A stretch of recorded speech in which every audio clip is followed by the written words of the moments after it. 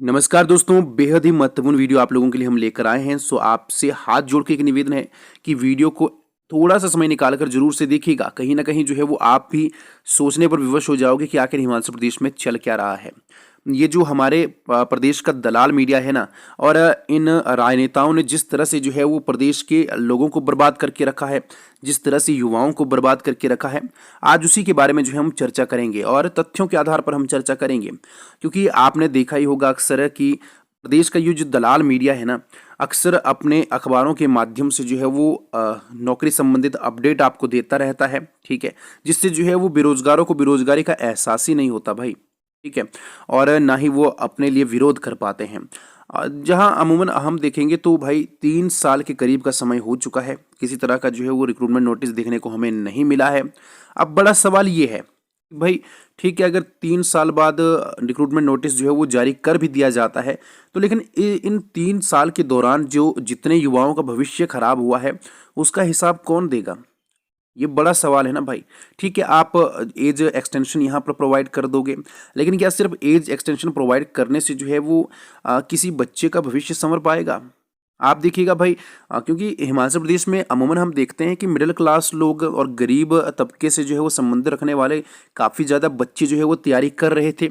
लेकिन 3 साल तक खुद को जो है वो टच में रखना, ठीक है, पढ़ाई में जो है वो इन्वॉल्व रखना या फिर लाइब्रेरी में जाते रहना 3 साल तक, वो बहुत मुश्किल है हिमाचल प्रदेश जैसे राज्य में।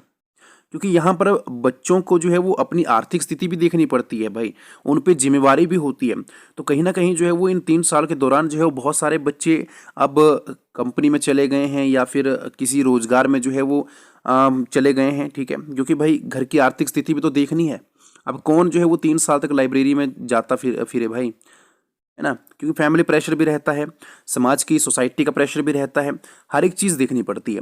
तो इन 3 साल में जो उन बच्चों का भविष्य बर्बाद हुआ है, जो उन बच्चों के साथ हुआ है, उसका हिसाब कौन देगा? क्या ये सरकार देगी? क्या ये राजनेता हिसाब देंगे? क्योंकि इन्होंने तो अपनी जो है वो सैलरी में इंक्रीमेंट कर दी है, 26% के करीब जो है वो इंक्रीमेंट की है, ठीक है?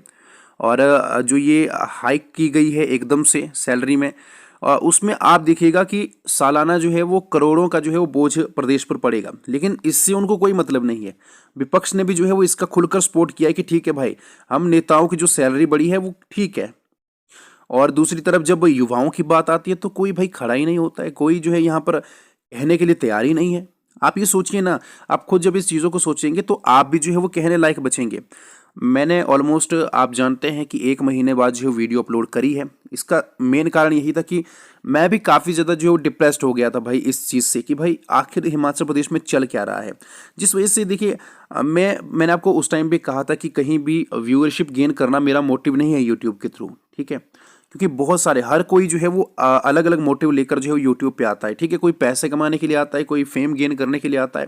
लेकिन मैं अगर यूट्यूब पे काम कर रहा हूँ ना, मेरा मोटिव यही रहता है कि कहीं ना कहीं जो है वो मैं जो ये गरीब तबके के लोग हैं, जो मिडिल क्लास तबके के लोग हैं, जो एक ऐसा वर्ग है जो दब रहा है, उनकी आवाज़ बनकर जो है वो सामने आऊँ। लेकिन भाई सपोर्ट ही नहीं मिलता, कोई सहयोग ही नहीं करता।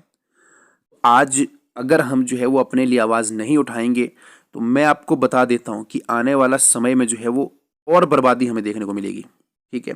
और आने वाली पीढ़ी जो है वो बर्बाद होकर रह जाएगी। तो इसलिए जो है वो इस तरह के जो भी यहाँ पर फैसले लिए जा रहे हैं हिमाचल प्रदेश में, वो बिल्कुल गलत हैं, ठीक है? केवल और केवल अपने लिए जो है वो पॉलिसीज़ बनाई जा रही है, और प्रदेश का मीडिया भी जो इस पर कुछ नहीं कह रहा है भाई। क्योंकि ये जो मीडिया होता है ना, ये काफ़ी ज़्यादा जो है वो एक अहम रोल निभाता है लोकतंत्र में, ठीक है? लेकिन आप देखिए भाई, प्रदेश का मीडिया मौन है, वो तो सरकार की वाहवाही करने में जो है वो व्यस्त है। बाकी यहाँ पर जो है वो ये महत्वपूर्ण अपडेट थी। अभी देखिए यहाँ पर ये आज के न्यूज़पेपर में आया हुआ कि नौकरी के लिए वन टाइम रजिस्ट्रेशन जो है वो ज़रूरी है, ठीक है? और इसमें दिया गया है कि भाई राज्य चयन आयोग के लिए आईटी डिपार्टमेंट ने एक पोर्टल तैयार कर लिया है, जिसको जो है मुख्यमंत्री जल्द लॉन्च करेंगे। भाई कब लॉन्च करेंगे? 3 साल हो गए हैं, कब लॉन्च करेंगे? इसके लिए फिर ये क्या है कि और ये आप जो है वो यहाँ पर एक ऑर्बिट्रेशन क्लोज डालने को कहा गया है, ठीक है? जो सीडेक है उन्होंने, है ना?